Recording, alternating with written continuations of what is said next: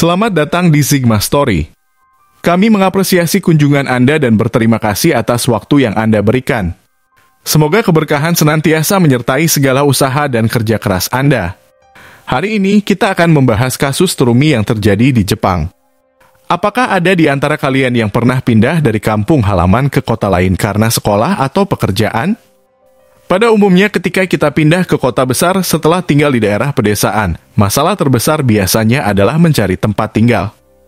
Biasanya karena keterbatasan ekonomi dan karena tempat yang asing, beberapa orang memilih untuk tinggal di kontrakan kecil atau mencari teman sekamar dengan orang-orang yang memiliki situasi yang sama. Seperti halnya seorang wanita berusia 25 tahun bernama Sawako yang tinggal di Jepang. Sawako lahir dan besar di desa kecil di prefektur Aichi. Ayahnya menjalankan toko bunga dan melihat hal ini Sawako juga ingin membuka toko bunga seperti ayahnya. Sawako juga menyadari untuk melakukannya, dia membutuhkan modal. Pada tahun 2015, Sawako memutuskan untuk pindah ke kota besar dan mencoba mendapatkan pengalaman sosial sambil mengumpulkan uang, dan akhirnya dia pindah ke Osaka. Hidup di kota besar adalah tantangan besar baginya.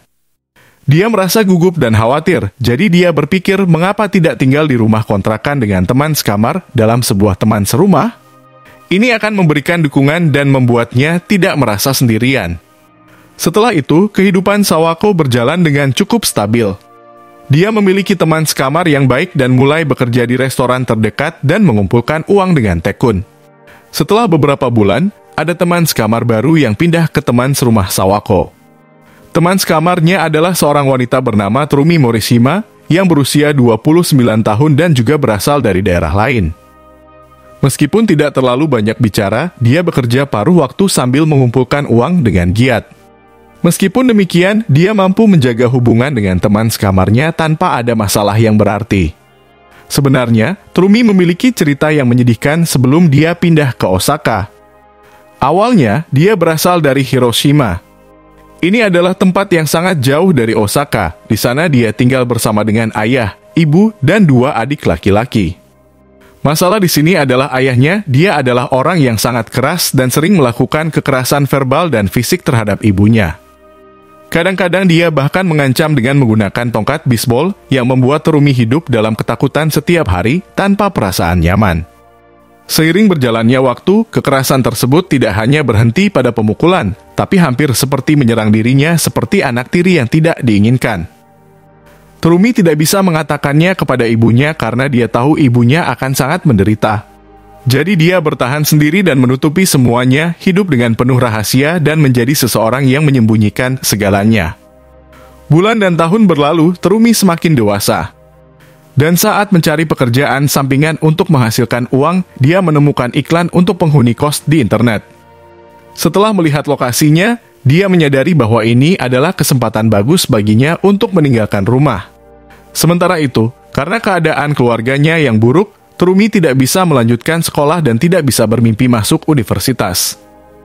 Dia hanya bekerja keras untuk mencari nafkah, tapi pekerjaan yang bisa dia lakukan hanyalah pekerjaan sederhana, jadi pendapatannya selalu terbatas. Namun, setelah tinggal di share house Sawako di Osaka, dia mulai membandingkan hidupnya dengan teman sekamarnya Sawako. Perasaannya terhadap Sawako sedikit berbeda.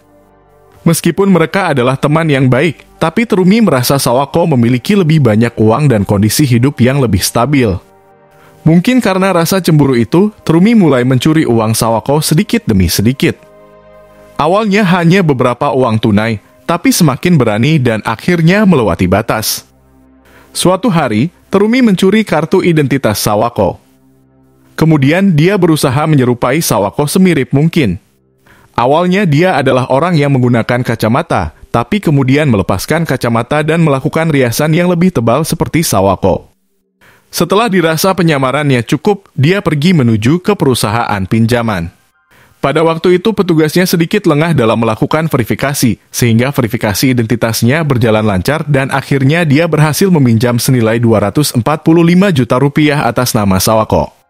Dia merasa senang karena ini adalah pertama kalinya dia memiliki uang sebanyak itu.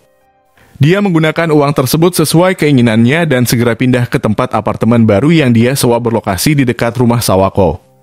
Namun itu hanya sesaat karena beberapa bulan kemudian uangnya dengan cepat habis dan dia harus segera melunasinya, tapi dia tidak punya kemampuan untuk melakukannya.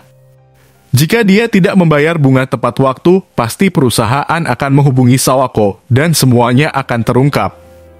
Karena ini Terumi mulai gelisah, dan pada saat yang bersamaan dia terjerumus dalam pikiran ekstrem. Pada tanggal 24 Desember 2015 menjelang malam Natal, Terumi menghubungi mantan teman sekamarnya untuk mengajukan ide untuk mengadakan pesta bersama di rumah Sawako. Dia juga mengundang Sawako untuk datang ke apartemennya guna mempersiapkan makanan untuk pesta bersama. Saat itu pukul 7 malam dan layar di CCTV menunjukkan Terumi dan Sawako masuk ke dalam apartemen Terumi setelah berbelanja bersama. Sementara itu di rumah Sawako, teman sekamarnya sedang menunggu kedatangan mereka untuk mengadakan pesta. Hanya saja meskipun waktu terus berlalu, mereka berdua belum juga datang. Teman sekamar mengirim pesan kepada Sawako untuk menanyakan di mana keberadaan mereka. Balasannya segera langsung datang, "Aku sekarang di rumah Terumi sedang mempersiapkan kebutuhan pesta, jadi butuh waktu sedikit lebih lama." Beberapa saat terdengar suara bel dan masuk ke rumah Sawako. Orang itu adalah Terumi, tapi dia sendirian. Dia mengatakan bahwa Sawako sedang mempersiapkan pesta di rumahnya dan hampir selesai, yang membuat teman sekamar merasa lega. Namun, beberapa saat kemudian mereka menerima pesan dari Sawako. "Maaf, sekarang aku tiba-tiba sibuk jadi sepertinya aku tidak bisa datang. Kalian semua bersenang-senang saja tanpaku." Teman Sawako merasa heran melihat jawaban itu karena jarak antara rumah Sawako dan apartemen Terumi hanya 3 menit. Pada saat itu, Terumi bangkit dan pergi ke rumahnya sendiri karena dia sangat khawatir. Beberapa menit kemudian, dia kembali dan mengatakan bahwa Sawako sudah tidak ada di rumahnya. Sejak itu, Terumi mengambil alih situasi dengan sangat aktif, padahal sebenarnya dia tahu alasan di balik itu semua. Saat kami sedang mempersiapkan makanan bersama, kami berbicara tentang mantan pacar Sawako dan mengira bahwa Sawako mungkin bertemu dengan pria tersebut. Pesta Natal hari itu terasa canggung, tetapi berjalan dengan lancar. Di sisi lain, Sawako berencana untuk makan malam bersama keluarganya di hari Natal. Tetapi pada hari berikutnya, pada tanggal 25, ayahnya tidak mendapatkan kabar dari putrinya, bahkan dia tidak dapat menghubunginya melalui telepon. Keluarga yang khawatir menghubungi toko tempatnya bekerja, tetapi hanya mendapatkan kabar bahwa kemarin dia tidak datang untuk bekerja tanpa adanya penjelasan. Beberapa saat kemudian, salah seorang karyawan toko menerima pesan dari Sawako yang berisi permintaan maaf karena tidak bisa datang lagi untuk bekerja. Pada saat yang sama, keluarga juga menerima pesan singkat dari Sawako untuk menyarankan keluarganya agar tidak perlu khawatir. Ayah Sawako yang melihat pesan ini mulai merasa curiga karena putrinya adalah seseorang yang sangat peduli, jadi tidak mungkin dia hanya mengirim satu pesan singkat di situasi seperti itu. Maka ayahnya yakin bahwa pesan ini jelas bukan dikirim oleh putrinya dan segera melaporkannya ke polisi sebagai kasus orang hilang. Setelah menerima laporan, polisi dengan cepat mulai mengikuti jejak Sawako. Menurut informasi pada tanggal 25 Desember, ada catatan penarikan uang tunai sebesar senilai 10 juta rupiah dari kartu kredit Sawako, jadi polisi mulai memeriksa rekaman CCTV dari mesin ATM tersebut. Hasilnya menunjukkan bahwa wanita yang menggunakan mesin ATM bukanlah Sawako. Polisi segera melakukan penyelidikan terhadap teman sekamar Sawako yang tinggal bersamanya. Hasil penyelidikan akhirnya mereka menemukan bahwa orang terakhir yang bersama dengannya dan melihatnya untuk terakhir kalinya adalah Terumi Morishima. Penyelidikan semakin berkembang dan pada tanggal 29 Desember, polisi mengunjungi apartemen Terumi. Ketika mereka memaksa masuk, mereka menemukan pemandangan yang mengerikan.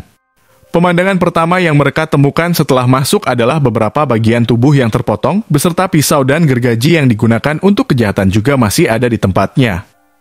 Yang lebih menggemparkan adalah apa yang ada di kamar mandi, yaitu tubuh yang hampir menjadi kerangka yang direndam dalam cairan di bak mandi. Ternyata dia menggunakan cairan pembersih yang mengandung asam klorida. Selain itu, ketika mereka membuka lemari es, mereka menemukan bagian-bagian tubuh yang terpotong dan dibungkus dalam kantong plastik. Polisi mulai mengumpulkan satu persatu. Tapi ada beberapa bagian tubuh yang hilang dan polisi mulai mencari di sekitar. Segera polisi mendapatkan petunjuk dan mulai melakukan penelusuran di rumah Sawako. Setelah dilakukan pencarian, mereka menemukan sebagian tubuh di lemari penyimpanan dapur di lantai pertama dan di laci rumah di lantai kedua. Setelah dilakukan pemeriksaan semua DNA cocok dengan DNA milik Sawako, sekarang semua orang pasti tahu siapa pelakunya, ya, itu adalah Terumi. Faktanya, setelah ia pindah dari rumah Sawako, ia masih sering datang berkunjung dan pergi dengan bebas dari rumah tersebut untuk menggunakan komputer. Jadi Terumi dengan mudah membawa sebagian tubuh yang terpotong ke rumah Sawako. Hasil otopsi menunjukkan bahwa penyebab kematian Sawako adalah penekanan pada lehernya. Namun, pada tubuh korban terdeteksi zat tidur yang berarti bahwa ini adalah kejahatan yang telah direncanakan. Ketika polisi memeriksa komputer yang sering digunakan oleh Terumi, ada jejak histori pencarian tentang apa yang terjadi saat mengonsumsi obat tidur dan cara melakukan kejahatan yang sempurna. Pada akhirnya Terumi ditangkap, tetapi pada awal pemeriksaan ia dengan sangat tegas menyangkal pembunuhan ini. Ketika polisi menanyakan mengapa ia membunuh Sawako, ia mengatakan bahwa ketika kembali ke apartemen saat pesta di rumah Sawako belum dimulai, ia menemukan tubuh Sawako tergeletak di lantai dalam kondisi sudah meninggal. Ketika polisi menanyakan mengapa ia memotongnya, ia berkata bahwa jika keluarganya mengetahui Sawako telah meninggal, mereka akan sangat terkejut dan sedih. Jadi dia memutuskan untuk memotongnya dan berusaha menangani kejadian ini tanpa adanya keributan. Itu adalah alasan yang sama sekali tidak masuk akal, dan setelah polisi mendesaknya dengan keras, kebohongan Terumi akhirnya tidak bisa bertahan lama. Terumi mengakui bahwa dia memotong tenggorokan Sawako dan membunuhnya. Setelah pembunuhan itu, dia mengambil uang tunai senilai 11 juta rupiah dengan kartu kreditnya. Uang tersebut sebagian digunakan untuk membeli perlengkapan untuk menghilangkan mayat seperti lemari es kecil, gergaji lipat, telenan, ember, dan kantong plastik, lalu sebagian lagi sudah habis ia gunakan. Kemudian saat Terumi pulang dia mulai memotong tubuh dan beberapa potongan daging disimpan di dalam kulkas, sebagian lagi dia merebusnya dengan panci presto. Lalu menggilingnya dengan mesin penghancur limbah makanan kemudian memasukkannya ke dalam kantong plastik dan membuangnya ke penampungan sampah. Saat polisi menanyakan kepada teman sekamarnya, mereka mengatakan bahwa meski Terumi dan Sawako menjadi lebih dekat, mereka terlihat tetap sangat akrab secara fisik. Mereka mengira bahwa karena Terumi dan Sawako tidak memiliki orang yang bisa mereka andalkan saat pertama mereka datang ke Osaka, mereka menjadi teman yang akrab. Setelah kisah pembunuhan Terumi terbongkar, semua teman sekamarnya terkejut. Tidak ada dendam khusus, hanya iri dengan apa yang dimiliki oleh Sawako dan untuk mencuri uangnya, dia secara brutal membunuh teman sekamarnya.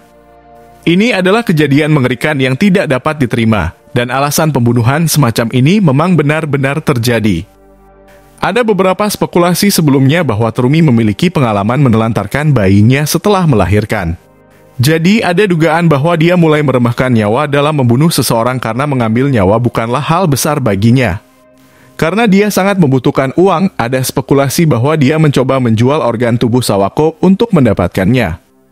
Tentu saja karena kejahatannya Terumi diadili dan dihukum penjara seumur hidup.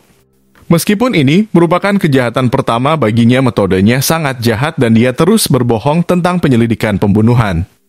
Sekarang dia sedang menjalani hukuman di penjara Jepang dan menurut laporan terbaru, Terumi mengubah namanya menjadi Nagata. Kasus ini telah mendapat banyak perhatian dan mendapatkan berbagai pendapat tentang masa kecil Terumi yang malang. Masyarakat cenderung simpati pada pelaku kejahatan. Tapi tidak peduli seberapa sulit masa lalu seseorang, kita tidak akan menerima pembunuhan sebagai alasan sebab akibat sebagai pembenaran.